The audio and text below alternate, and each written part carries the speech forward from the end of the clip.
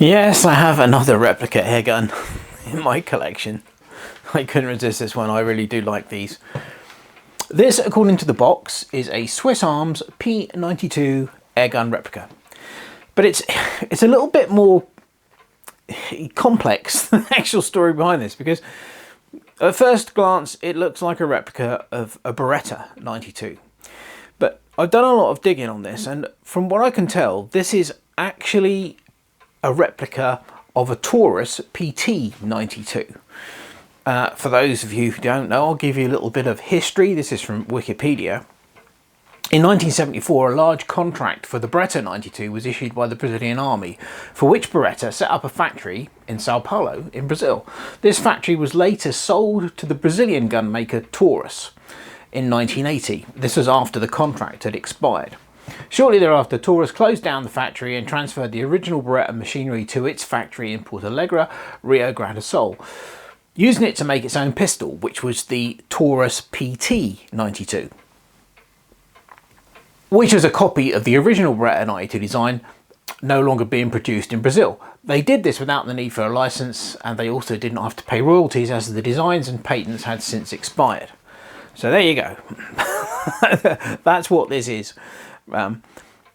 Now, the other interesting thing about this is, much like my Remington 1911, although this gun is badged Swiss Arms, it's not made by them, it's made by the Taiwanese company KWC. So it's quite a complicated stuff to do with this. But it is a very, very nice replica. It's gas-powered CO2 gas cartridge, which goes into the magazine, which fits into the magazine, which is in the grip. It's 177 4.5mm. It's BB only, doesn't shoot pellets. It's got an 18-round magazine, which I will show you shortly. One of the nice things about this gun is that it is nearly all metal. The only plastic on it that I can tell is the grips, but the rest of it, it's got a metal slide, metal barrel, and metal lower. So yeah, it's very heavy. It's just over 1 kilo, which is about exactly the same weight, I think, as the original gun that this is a replica of. So yeah, let's have a closer look at it.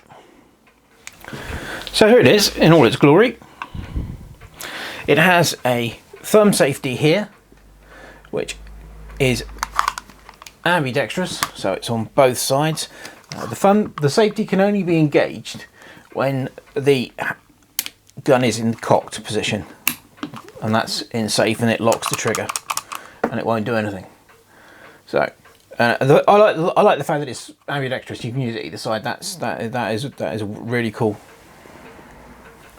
Magazine release button here. You just press that and the magazine slides out. Pretty much the same as the 1911. The magazine, I did say it had an 18-round capacity. Of course, I've just read the little booklet that comes with it, and apparently it will hold 21 rounds. So there you go. I normally only ever put about 12 in. That's the number I like when I'm shooting, so that's what I put in. The CO2 fits into the magazine. I'll show you how that's done. It uses a standard 12-gram CO2 cartridge. You get an Allen key supplied with it, and there is a plug in the end, which you undo using the Allen key.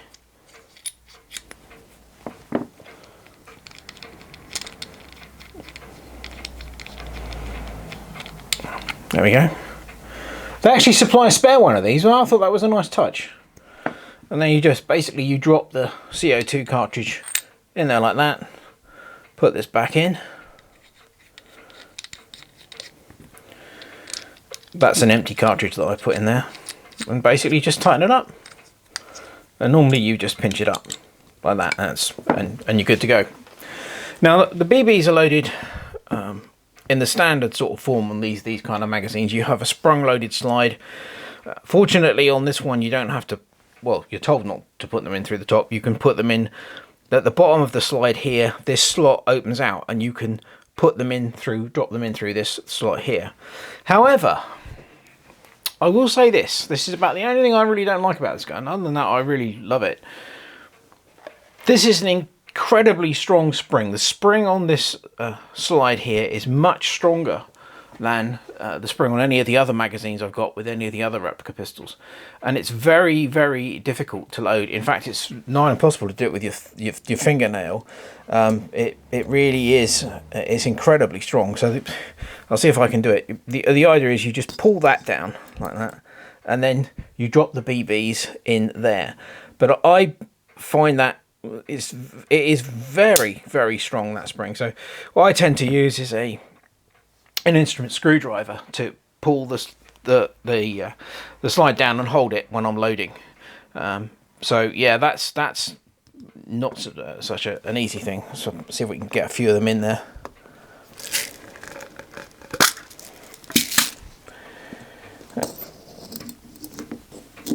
So yeah,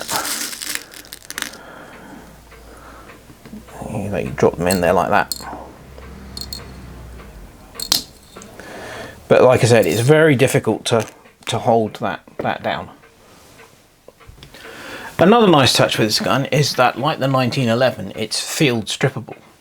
So you will notice that on this side there is a little switch lever here. If we turn it around the other side, there is a button here. So what we do is you press that. I'll turn it around so you can see what I'm doing.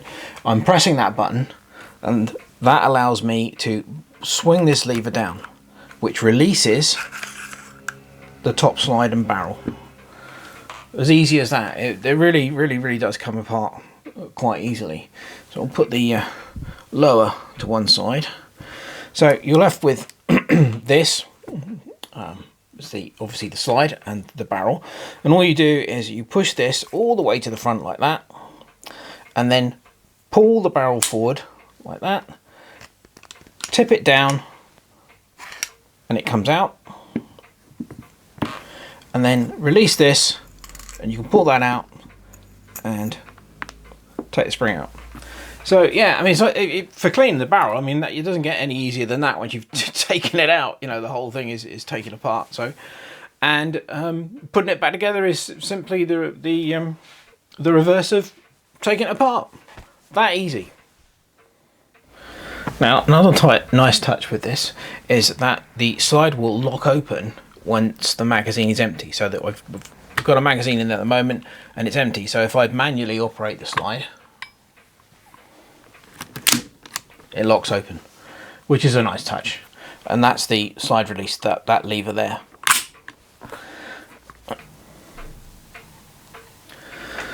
Now, this pistol can be operated as single action or double action. The double action is kind of irrelevant because obviously it's full blowback, so it automatically cocks the gun when you fire it anyway. But you can manually cock it like that, and then fire it. But you can also do it double action. So there you go. And that really is about it for the actual gun. As I said, it's very, very well made. I always like the Berettas. I like the open slide, so you can see the barrel cut out on them, which is kind of a unique thing. And I just like that. I think it just makes the gun look better. As I say, although it's very heavy, it handles. It's really nice. It's really nice to hold. It really does fit in your hand well. I've only put about 100 shots through this so far, and I'm very pleased with it. Out of the box, it wasn't as accurate as the 1911. It shoots low and to the left. Now I'm going to file a little bit off of the front sight to correct the elevation. There's not really an awful lot I can do about the windage side of it, but it's only slightly off to the left, so you can, once you know, you can compensate for that. But yeah, Swiss Arms P-92, very, very nice replica air pistol. You might say, well, actually, you know, this isn't a particularly old gun. Well, it actually is, because, you know, like I said earlier, that the contract for making these for Brazil was put into place in 1974. So the actual design of the pistol goes back at least that far. Now the PT-92, which was produced by Taurus, they didn't start producing those until the mid-80s. But you're still talking, you know, you're looking at a 40-year-old gun, basically. So yes, it is. Although it's a, you know, more modern-looking semi-auto pistol, it is an old gun. So anyway, that's just a quick look at the Swiss Arms P-92, which is the latest air pistol in my little tiny collection of replica air pistols. I hope you've enjoyed the video. Thanks very much for watching. Cheers!